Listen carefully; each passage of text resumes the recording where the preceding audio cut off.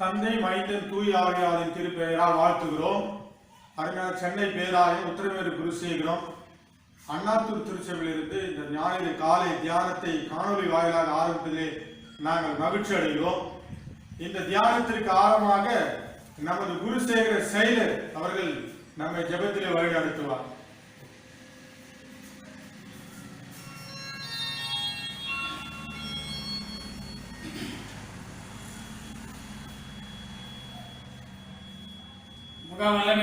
பரம்பிதாவே,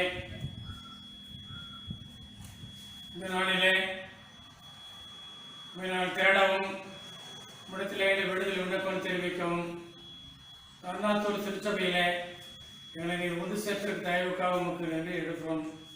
நீர்தாமே இந்த நாளுக்கான ஆசீர்வாதத்தை வந்திருக்கின்ற ஒவ்வொருவருக்கும் நீர் கட்டளையிட இடத்திலே வேண்டிக் கொள்கிறோம். இந்த நாளிலும் கூட நான் கொரோனாவில் கஷ்டப்பட்டு கொண்டிருந்தாலும் உண்மை தேடவும் உண்மை நாடவும் விடுதலை விடுதலை விண்ணப்பங்களை தெரிவிக்கவும் எங்களுக்கான ஆசீர்வாதத்தையும் எங்களுக்கான வழிகாட்டலை தரவும் உம்மிடத்திலே நாங்கள் வேண்டிக் கொள்கிறோம். இந்த நாளுக்கான ஆசீர்வாதத்தை எங்களுக்கு தருவதோடு கூட ஆயரையும் குடும்பத்தாரையும் ஆசீர்வதியும், வந்திருக்கின்ற ஊழியர்களையும் ஆசீர்வதியும், என்னோட இணைந்து பணியாற்றுகின்ற பொருளையும் நிர்தாம் ஆசீர்வதித்து குடும்பங்களை ஆசீர்வதித்து இந்த நாளுக்கான ஆசீர்வாதத்தை எங்கள் வரப்பிரசாத மக்கட்டை இடமத்தில் கெஞ்சி மன்றாடி கேட்டுக்கொள்கிறோம். இவர்களை ஆசீர்வதித்து எடுத்த வேண்டும் என்று அன்பரட்சியர் இயேசு கிறிஸ்து மூலமாய் மனத்தாழ்மையோடு வேண்டிக் கொள்கிறோம் பிதாவே. ஆமென். இன்றைய காலை தியானத்துக்குரிய வேத பகுதியை அண்ணாத்தூர் திருச்சபை ஊழியர் திரு ஐசக் ஐயா அவர்கள் வாசிக்கும்படியாக அன்புடன் கேட்டுக்கொள்கிறோம்.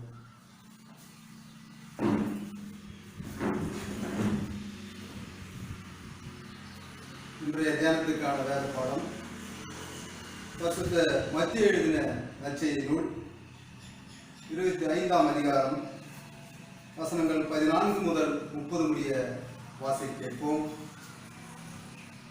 அன்றியும் பரலோக ராஜ்யம் புறதேசத்துக்கு பிரயாணமாய் போகிற ஒரு மனுஷன் தன் ஊழியக்காரரை அழைத்து தன் ஆஸ்திகளை அவர்கள் வசமாய் ஒப்பு கொடுத்தது போல் இருக்கிறது.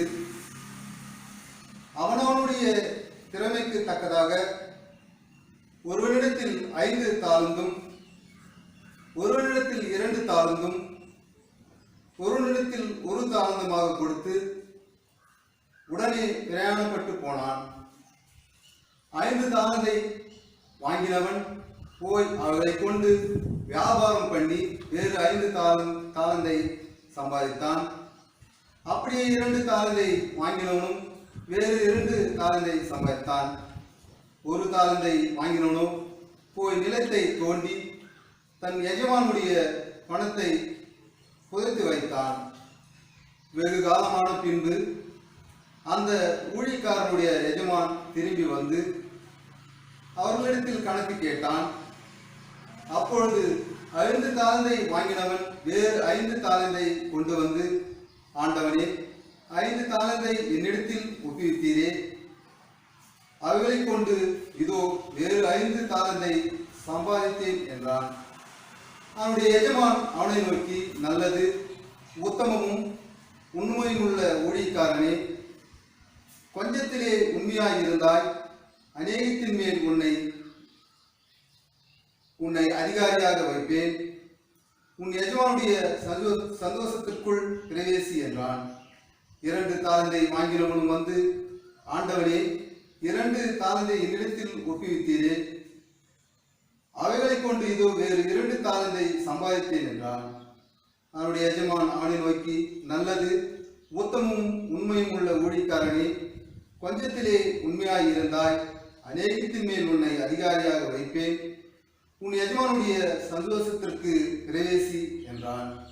1 தாலந்தை வாங்கினவன் வந்து, ஆண்டவனே, நீ விதைக்காத இடத்தில் அறுக்கிறவரும் தெளிக்காத இடத்தில் சேர்க்கிறவருமான கடினமுள்ள மனுஷன் என்று அறிவேன். ஆகையால் நான் பயந்து போய் உமது தாலந்தை நிலத்தை புதைத்து வைத்தேன், இதோ உன்னுடையதை வாங்கிக் கொள்ளும் என்றான். அவனுடைய எஜமான் பிரதியுத்தரமாக, பொல்லாதவனும் சோம்பனமான ஊழியக்காரனே, நான் விதைக்காத இடத்தில் அறுக்கிறவன் என்றும் தெளிக்காத இடத்தில் சேர்க்கிறவன் என்றும் அறிந்திருந்தாயே. அப்படியானால் நீ என் பணத்தை காசுக்காரர் வசத்தில் போட்டு வைக்க வேண்டியிருந்தது. அப்பொழுதுதான் நான் வந்து என்னுடையதை வட்டியோடு வாங்கிக் கொள்வேனே என்று சொல்லி அவனிடத்தில் இருக்கிற தாளந்தை எடுத்து 10 தாளந்துகளுக்கு கொடுங்கள். உள்ளவன் எவனோ அவனுக்கு கொடுக்கப்படும், பரிபூர்ணமும் அடைவான். இல்லாதனிடத்திலிருந்து உள்ளதும் எடுத்துக்கொள்ளப்படும். புரோஜனமற்ற ஊழியக்காரனாகி இவனை புறம்பான இருளிலே தள்ளி போடுங்கள், அங்கே அழுகையும் பற்கடிப்பும் உண்டாயிருக்கும் என்றான். வாசிக்க தெரிந்து கொள்ளப்பட்ட வேத பாடம் வாசித்து முடிதாயிற்று. கிறிஸ்துவை உமக்கு மகிழ்ச்சி உண்டாவதாக. ஆமென். இந்த நாளுக்குரிய இறை செய்தி நம்முடைய வந்திருக்கும் நமது குருசேகர் ஆயர் அருட்பணிய ஸ்டாண்டியர் கையாவது நம்முடைய பகிர்ந்தளிப்பார்.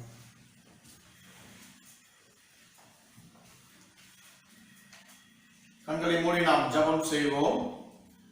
என் கண்மறையும் மீட்பருமாகிய கடவுளே, வாயின் வார்த்தைகளும் இருதயத்தின் தியானம் உடைய சமூகத்திலே பிரதியாயிருப்பதாக. ஆமென். அன்பான உத்தரவேறு குருசேகர திருச்சாலை மக்களே, உடைய யாவரையும் ஆண்டவராகிய இயேசு கிறிஸ்து நாமத்தினாலே நான் அன்போடு கூட நம்முடைய வாழ்த்துகிறேன். இந்த ஞாயிற்றுக்கிழமை நாம் ஒன்றாக சேர்ந்து ஆலயங்களில் வந்து ஆராதனை நடத்த முடியாது என்று சொன்னால் இந்த காணொலி மூலமாய் உங்களை சந்திப்பதில் மிகுந்த மகிழ்ச்சி அடைகிறேன். குறிப்பாக இந்த நாளிலே அண்ணாத்தூர் திருச்சபையிலிருந்து உங்களை சந்திப்பதிலே மிகுந்த மகிழ்ச்சி அடைகின்றேன். அன்பானவர்களே, இந்த நாளிலே நம்முடைய தென்னிந்திய திருச்சபையினுடைய முறைமையின் பிரகாரம் நமக்கு கொடுக்கப்பட்டிருக்கின்ற தலைப்பு கண்காணித்துவம், த ஸ்டூவர்ட்ஷிப் என்கிற தலைப்பின் கீழாக நாம் சிந்திக்க அழைக்கப்படுகின்றோம். இன்றைய நாளிலே இன்றைய நாளினுடைய திருமறை பகுதியான மத்தேயு 25ஆம் அதிகார வசனங்கள் 14 முதல் 30 வசனங்களை நாம் வாசித்திருக்கின்றோம். கடவுள் இதனை ஒரு எடுத்துக்காட்டாக அதை நமக்கு சொல்லுகின்றார். இந்த 25ஆம் அதிகாரத்தினுடைய சிறப்பு என்னவென்று சொன்னால், ஆண்டவராகிய இயேசு கிறிஸ்து இறை அரிசி குறித்து, அதாவது கடவுளுடைய பரலோக ராஜ்யத்தை குறித்து விதமான ஊமைகள் வாயிலாக அதனை ஒன்றன் பின் ஒன்றாக நமக்கு சொல்லுகின்றார். முதலாவது 25ஆம் அதிகாரத்தை 10 கன்னிகைகள், புத்தி உள்ளவர்கள் புத்தி அற்றவர்கள் என்று சொல்லி 5ஆக பிரித்து அந்த 10 கன்னிகைகளுடைய ஊமைகளாக அந்த நிகழ்ச்சியை நமக்கு சொல்லுகின்றார். அதன் பிற்பாடு 14 - 30 வரையில பார்க்கின்ற பொழுது இந்த தாளந்து ஊமையை குறித்து கடவுள் நமக்கு விளக்குகின்றார். அதன் பின்பு இதனுடைய 25ஆவது அதிகாரத்தின் கடைசி பகுதியானது நியாயத்திற்கு நாளில் நடைபெறுகின்ற ஆடனுடைய ஊமையாக, ஆடல் செம்மறியாடுகள் வெள்ளாடுகள் தனித்தனியாக பிரித்து கடவுள் இந்த ஊமைகளை நமக்கு சொல்லுகின்றார். இந்த 25ஆவது அதிகாரத்தினுடைய இந்த சாராம்சம் என்னவென்று சொன்னால், சிறப்பு என்னவென்று சொன்னால், கடவுள் 2 பிரித்து காண்பிக்கின்றார். அதாவது நல்லவர்கள் கெட்டவர்கள் என்று சொல்ல முடியாமல் புத்தி உள்ளவர்கள் புத்தி அற்றவர்கள் என்றும், அதாவது நன்மை செய்தவர்கள் நன்மை செய்யாதவர்கள் என்றும், முயற்சி எடுத்தவர்கள் முயற்சி செய்யாதவர்கள் என்று சொல்லி மனிதர்கள் இருக்கின்ற வேறுபாடுகளை தன்மைகளை 2 பிரித்து காண்பிக்கின்ற ஒரு நற்செய்தி புத்தகமாக இந்த மத்தேயு நமக்கு கொடுக்கப்பட்டிருக்கின்றது. அன்பானவர்கள், இந்த கண்காணித்துவம், ஸ்டூவர்ட்ஷிப் அப்படின்னு சொன்னால் தமிழிலே அதற்கு பல வார்த்தைகள் உண்டு. கண்காணித்துவம் அல்லது உக்கிரானத்துவம் அல்லது மேற்பார்வையாளர் அல்லது நிர்வாக பொறுப்பொறிக்கின்றவர், கணக்காளர் அல்லது காரியதரிசி என்றெல்லாம் சொல்லி நிறைய தமிழிலே நிறைய விளக்கங்கள் உண்டு. ஆங்கிலத்தையும் ஸ்டூவர்ட்ஷிப் அல்லது சூப்பர்வைசர் அல்லது லீடர்ஸ் என்றெல்லாம் கூட அதை நாம் மொழிபெயர்க்கலாம். ஆனால் இது எதை நமக்கு கடவுள் நமக்கு எதை உணர்த்துகிறார் என்று சொன்னால், ஒரு தலைமை பொறுப்பில் இருக்கின்றவன் அல்லது ஒரு அதிகாரியாக இருக்கின்றவன் அல்லது ஒரு பொறுப்பிலே இருக்கின்றவன் அல்லது ஒரு தலைமை பண்பிலே இருக்கின்றவன் அல்லது அந்த ஒரு தாளந்து என்னவென்று சொன்னால், ஒரு தாளந்து 6000 திரக்மா அல்லது தெனாரியத்துக்கு சமமாக இருக்கிறது. ஒரு திரக்மா அப்படின்னு சொன்னா ஒரு நாளுக்கான கூலி. இன்றைய நாளிலே ஒரு மேஸ்திரிக்கு எவ்வளவு கூலி இருக்கும் அப்படின்னா 500, 600, 600, 700, 800 அப்படி இருக்கும். சோ அது ஒரு நாளுக்கான ஒரு கூலி, ஒரு தெனாரி.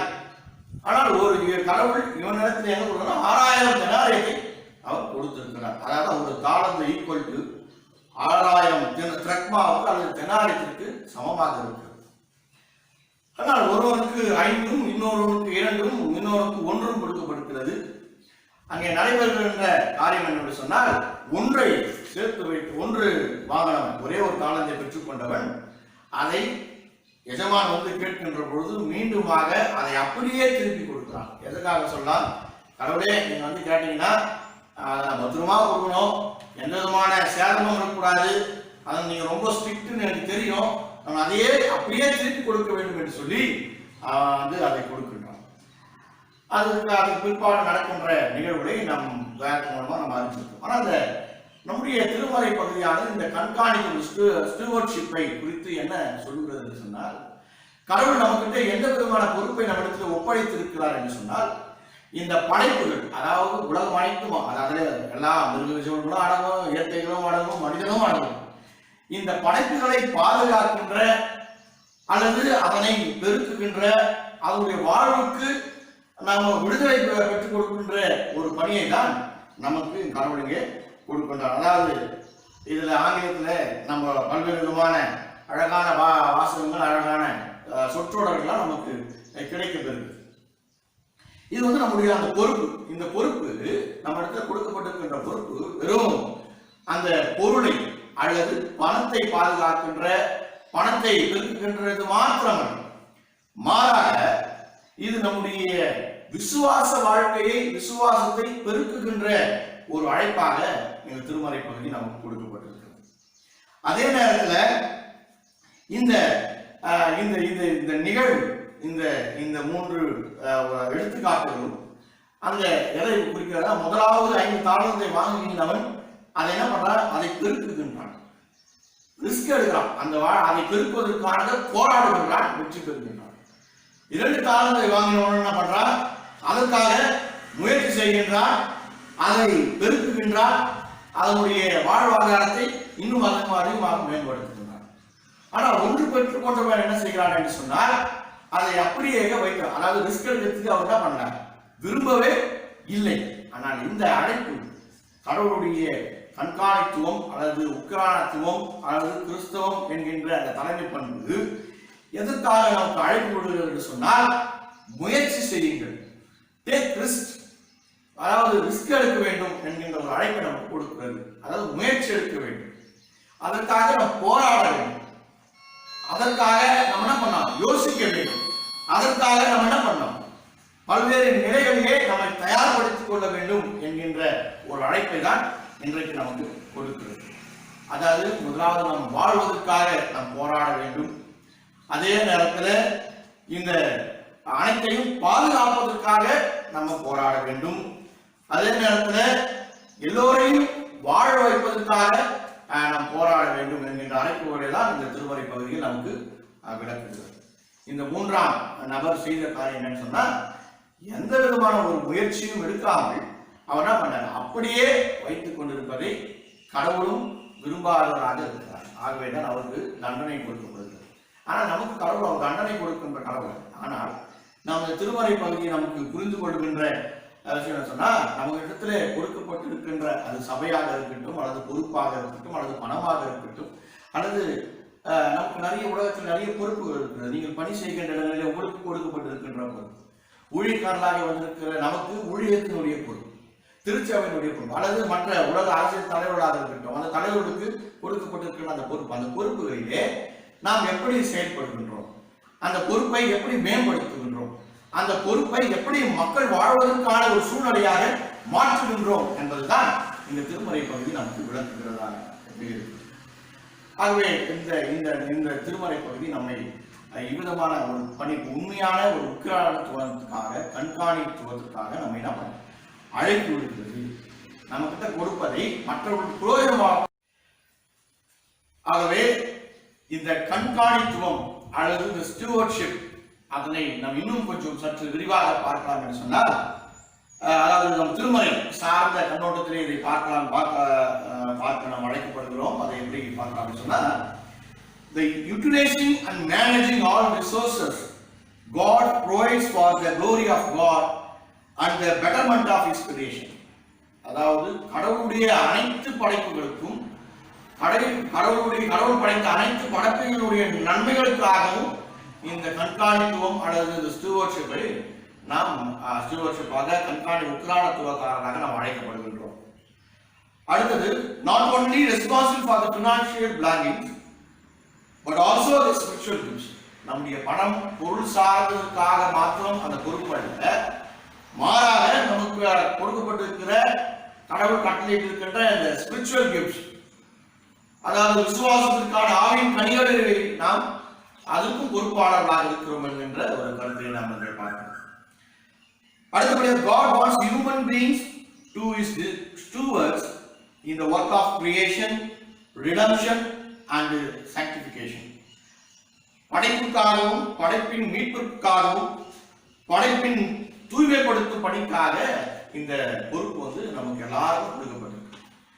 குறிப்பா ஊழியக்காரர்களுக்கு மாத்திரம் அல்லாமல் நமக்கு நாம் வேலை செய்கின்ற இடங்களிலே அல்லது நாம் ஊழியம் செய்கின்ற இடங்களிலே, சமுதாயத்திலும் சரி திருச்சபையிலும் சரி, நமக்கு எங்கெல்லாம் வாய்ப்பு கிடைக்கிறதோ அந்த அனைத்து இடங்களிலும் நாம் விதமாக படைப்புக்காகவும் படைப்பினுடைய நன்மைக்காகவும் படைப்பினுடைய மீட்புக்காகவும் நாம் இந்த பணிகளை மேற்கொள்வது அவசியமாக இருக்கிறது என்பதை கடவுளே நமக்கு வெளிப்படுத்துகிறார். அதாவது ஒரு தாளந்தை வாங்கினவனுக்கு என்னன்னா, ஒரு தாளந்து 6000 திரக்குமாக்கு ஈடானது. ஒரு தாளந்து 6000 திரக்குமா, ஒரு தாளந்து ஒரு திரக்குமா ஒரு நாள் கூலிக்கு சமமானது. ஒரு மேஸ்திரிக்கு 500 ரூபாய் 600 ரூபாய் கூலி என்று சொன்னால் அது ஒரு நாள் கூலி. ஒரு நாள் கூலி ஒரே ஒரு திரக்மா. அப்ப அந்த 6000 திரக்மா அல்லது தெனாரியம் ஒரு காலத்துக்கு சமமானது. அந்த தான் அவன் பெற்றுக் கொள்கிறான். ஆனால் அதை பெற்றுக்கொண்டு அவன் அதை அப்படியே திருப்பி கொடுக்கிறான் அந்த எஜமான இடத்துல. அதை அவன் என்ன பண்ணான், செய்ய மல்டிபிளிகேஷனே பண்ணல, அதை பெருக்கவே இல்லை. ஆனால் கடவுள் இங்க என்ன விரும்புகிறார் சொன்னால், அந்த 5 தாளந்தை வாங்கினவனும் 2 தாளந்தை வாங்கினவனும் அதற்காக முயற்சி எடுக்கிறான், ரிஸ்க் எடுக்கிறான், போராடுகிறான், உலகத்துல வாணிபம் பண்றான், உலக மக்களோடு சேர்த்து போராடி அதை மக்கள் வாழ்வதற்கான ஒரு சூழ்நிலையாக மாற்றுகின்றான். அதை பெருக்குகின்றான். 5ஐ 10ஆக பெருக்குகிறான், 2ஐ 4ஆக பெருக்குகின்றான். இப்படிதான் உலகம் இருக்க வேண்டும். கடவுள் எதிர்பார்க்கின்ற உலகம் இதுதான். ஆனால் இந்த ஒரு தாளந்தை வாங்கினவன் பூமியிலே தோன்றி அதை புதைத்து விடுகின்றான், மறைத்து விடுகின்றான், யாருக்கும் உபயோகப்படாதபடி அதை மாற்றி விடுகின்றான். கடவுளை அதை விரும்புகின்றவரே. நம்ம இடத்துல திறமையாக இருக்கட்டும், நம்முடைய பணமாக இருக்கட்டும், நம்முடைய இன்ஃபுளுயன்ஸாக இருக்கட்டும், எல்லாமே மக்கள் வாழ்வதற்காக அது பயன்பட வேண்டும் என்பதை தான் இந்த திருமறை பகுதி நமக்கு விளக்குகின்றது. ஆகவேதான் நம்ம இந்த உக்கிரானத்துவம் என்பது மக்கள் பயன்பாட்டிற்காக, கடவுளுடைய மகிமைக்காக இது பயன்பட வேண்டும் என்பதை தான் இந்த திருமறை பகுதி நமக்கு விளக்குகின்றது. ஆகவே இன்றைக்கு நமக்கு எதற்காக இந்த அழைப்பு என்று சொன்னால், நம்ம என்ன பண்ணோம், ரிஸ்க் எடுக்கணும், நாம் முயற்சி செய்ய வேண்டும், இந்த உலகத்திலே போராட வேண்டும். அதை இந்த பணிக்காக ரிஸ்கே எடுக்க மாட்டேன் அப்படின்னு நம்ம என்ன பண்ணக்கூடாது, அமைதியாக இருக்கக்கூடாது. கிறிஸ்தவர்களுக்கு கொடுக்கப்பட்டிருக்கின்ற பொறுப்பு என்னவென்று சொன்னால், இந்த உலகத்தில் நடக்கின்ற, இந்த சமுதாயத்தில் நடக்கின்ற அநீதிக்கு எதிராக குரல் கொடுக்க வேண்டும். வாழ்வு மடிந்து போகின்ற சூழ்நிலைகளிலே நம்முடைய குரல் வெகுவாக உரைக்க வேண்டும் என்பதைதான் கடவுள் இங்கே நமக்கு உணர்த்துகின்றார். கடவுள் இங்கே பணத்தை குறித்தோ அல்லது பொருளாதாரத்தை குறித்தோ அவர் பேசவில்லை. உணர்ந்து இருக்கின்ற அந்த பொறுப்பிலே நீ எப்படி செயல்படுகிறாய் என்பதை தான் இங்கே நமக்கு சுட்டி காண்பிக்க விரும்புகின்றார். எனக்கு அன்பானவர்களே, பல ஆண்டுகளுக்கு முன்பதாக அமெரிக்காவுடைய 16வது ஜனாதிபதியாக இருந்தவர் ஆபிரகாம் லிங்கன். அவர் ஏறக்குறைய 8 முறை அவர் தோல்வி அடைந்திருக்கிறார். 8 முறை அந்த தேர்தலிலே, பல்வேறு தேர்தல்களிலே தோல்வி அடைந்திருக்கிறார். ஏழ்மை நிலையிலே பிறந்தவர். செருப்பு தைக்கிற தொழிலாளியாக, செருப்பு தைக்கிற தொழிலாளியுடைய மகனாக அவர் என்ன பண்ணாரு, உருவெடுக்கின்றார். அந்த பல்வேறு இடர்பாடுகளை தான் அவர் என்ன பண்ணார், பல்வேறு முயற்சிகளை மேற்கொண்டுதான் ஜனாதிபதியாக வருகின்றார். 2 முறை பிசினஸ் ஸ்டார்ட் பண்ணி தோல்வி அடைந்து விடுகின்றார். அதிலிருந்து எடுத்துக்கொள்ளவே முடியவில்லை. அது மாத்திரமல்லாமல் நரம்பு தளர்ச்சி நோயினாலே அவர் அதிகமாக பாதிக்கப்படுகின்றார். ஆனால் அவருடைய வாழ்வு நமக்கு சொல்லிக் கொடுக்கின்ற ஒரு பாடம் என்னவென்று சொன்னால், அவருக்கு கொடுக்கப்பட்ட அந்த வேலையிலே மிகவும் திறமை உள்ளவராக, அதை தேடி தேடி ஒருபோதும் சோர்ந்து போகாதவராக தொடர்ந்து முயற்சி எடுக்கின்றார், தொடர்ந்து போராடுகின்றார். கடவுளோடு கூட மனிதர்களோடு கூட போராடுகின்றார். அதுதான் முக்கியம். மனிதர்களோடு கூட போராடுகின்றார், கடவுளோடு கூட போராடுகின்றார். ஒரு நாள் தன்னுடைய நண்பருக்கு அவர் எழுதுகின்ற அந்த கடிதத்திலே, நான் ஒவ்வொரு நாளும் என்னுடைய வேதத்தோடு சேர்ந்து முழங்கால் படித்து கடவுளோடு கூட நான் போராடுகின்றேன். எதற்காக என்று சொன்னால், இந்த மனிதர்களோடு கூட போராடுவதற்கு எனக்கு பலனைத்தாகும் என்று சொல்லி நான் ஒவ்வொரு நாளும் நான் போராடுகிறேன் என்று சொல்லி தன்னுடைய நண்பருக்கு கடிதம் எழுதினார். ஆகவே திருமறையை படித்து அப்படியே அவர் வைத்து இருக்காமல் அதை சொல்லியிருக்கின்ற காரியங்களை குறித்து தான் போராடுகின்றார். தலை சிறந்த அமெரிக்க ஜனாதிபதிகளிலே முதன்மையாக இருப்பவர் யார் என்று சொன்னால் ஆபிரகாம் லிங்கன் தான். ஆபிரகாமுக்கு பிற்பாடு அவர் எந்த வேதாகமத்தை தொட்டு அவர் அந்த பதவி பிரமாணம் செய்து கொண்டாரோ அந்த வேதாகமத்தை தான் இன்றைய நாளிலும் யாரெல்லாம் புதிதாக ஜனாதிபதியாக அமெரிக்க ஜனாதிபதியாக வந்தார்களோ அதன் பிற்பாடு வந்த கிளின்டனும் சரி, ஒபாமாவும் சரி, இப்ப இருப்பது ட்ரம்பும் சரி, அந்த திருமலையின் மீது கை வைத்துதான் சத்தியம் செய்துதான் பதவி பிரமாணம் செய்து வருகிறார். இதுதான் வரலாறு. அமெரிக்கா ஜனாதிபதி 1960 அவர் ஜனாதிபதியாக ஜெயிக்கிறார், வெற்றி பெறுகிறார். ஆனால் அவருடைய வெற்றியை 1961 தான் அறிவிக்கின்றார். இப்படி பல்வேறு விதமான சோர்வுகள் அவருடைய வாழ்விலே இருந்தாலும் தனக்கு கொடுக்கப்பட்ட அந்த உக்கிரானத்துவத்திலே, தனக்கு கொடுக்கப்பட்ட அந்த ஸ்டூவர்ட்ஷிப்பிலே அவர் கடவுளோடு கூட இருந்து போராடி அந்த முயற்சியை எடுத்து நம்ம சொல்றோம் அந்த முயற்சி செய்து கடவுளுக்கு சாட்சியாகவும் மனிதர்களுக்கு சாட்சியாகவும் அவர் வாழ்ந்தார் என்பதுதான் உலக வரலாறு. இந்த நிகழ்வுக்கும் அமெரிக்கா ஜனாதிபதி ஆபிரகாம் லிங்கனுடைய வாழ்வுக்கும் இன்றைய திருமறை பகுதிக்கும் ஒரு அருமையான தொடர்பு உண்டு. அவரிடத்தில் இருந்த திறமைகளையும் அவரிடத்தில் இருந்த கடவுளுடைய அறிவையும் அவருடைய பக்தியையும் புதைத்து விடாமல் தொடர்ந்து மக்களுடைய பயன்பாட்டிற்காக, அதுதான் ரொம்ப முக்கியம். தன்னுடைய பயன்பாட்டுக்காக இயேசு கடவுள் இந்த உதாரணத்தை சொல்வதற்கான காரணம் என்ன சொன்னால், நீ பிழைத்து போக அப்படி சொல்லல, இந்த மக்கள் பயன்படுவதற்காக பயன்படுத்த வேண்டும் என்பதற்காக தான், வாழ்வுக்காக படைப்பிற்காக இங்கே இந்த திருமறை பகுதியாக கொடுக்கப்பட்டிருக்கிறது. அன்பானவர்களே, நீங்களும் சரி, திருச்சபை ஊழியர்களாக இருந்தாலும் சரி, பொறுப்புகளில் இருந்தாலும் சரி, அல்லது கிறிஸ்தவர்களாக இருந்தாலும் சரி, நீங்களும் நானும் கடவுளுடைய ஒரு உக்கிரானத்துவக்காரர்கள். We are the stewardship of God. கடவுளுடைய கண்காணிப்புவார்கள். நாமும் ஒரு சில காரியங்களை செய்து கொண்டுதான் இருக்கின்றோம். அப்படிப்பட்ட பொறுப்பை கடவுள் நமக்கு கொடுத்திருக்கிறார். நாம் எதற்காக இந்த உலகத்திலே வந்தோம் சொன்னால், இந்த உலகத்தின் மக்களுக்கு நன்மையாக வாழ்வதற்கான. சில கிராமங்களிலே சிலரை திட்டுவார்கள், எதற்காக நீ எதுக்காக இருக்கிற, பூமிக்கு பாரமாகவும் வீட்டுக்கு பாரமாகவும் இருக்கிறேன் அப்படின்னா பெரியவர்கள் திட்டுவதை நான் கேள்விப்பட்டிருக்கிறேன். அப்படிப்பட்ட ஒரு வாழ்வு அல்ல, மாறாக இந்த உலகத்திற்கு வாழ்வுக்காக போராடுகின்ற மனிதர்களாக வாழதான் கடவுளை நம்ம அழைக்கின்றார். ஒரு உண்மையான தலைவர், ஒரு உண்மையான உக்கிரானக்காரன் எப்படி இருப்பான் என்று சொன்னால், தன்னுடைய வாழ்வை இந்த மக்களுக்காக கொடுக்கிறவனாக இருப்பான். அதை செய்தவர் அவராக இயேசு கிறிஸ்து மாத்திரமே.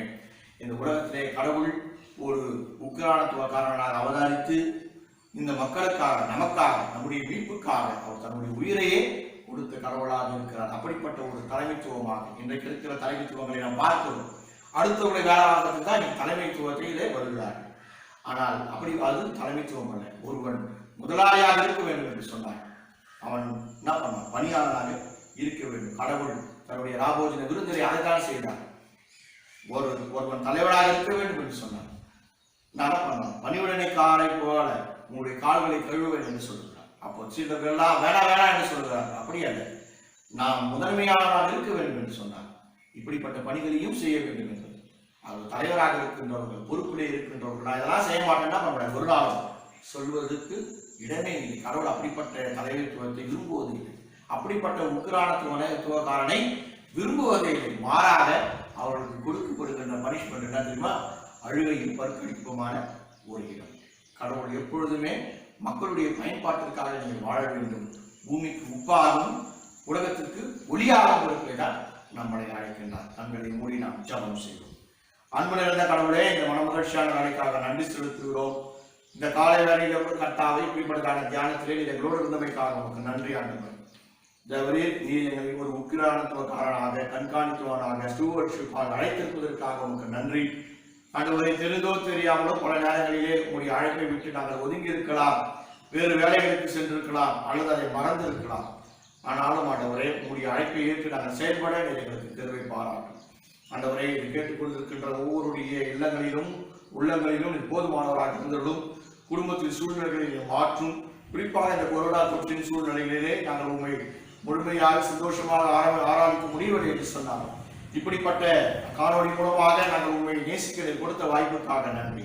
தொடர்ந்து குடும்பங்களில் ஏற்படுகின்ற எல்லா விதமான சுகவீனங்களையும் எடுத்து போட்டு நிறைவான ஆசீர்வாதங்களாலே நன்மை நாளை எல்லோரை நிறைத்தரும்படியாக நாங்கள் வேண்டுதல் செய்கிறோம்.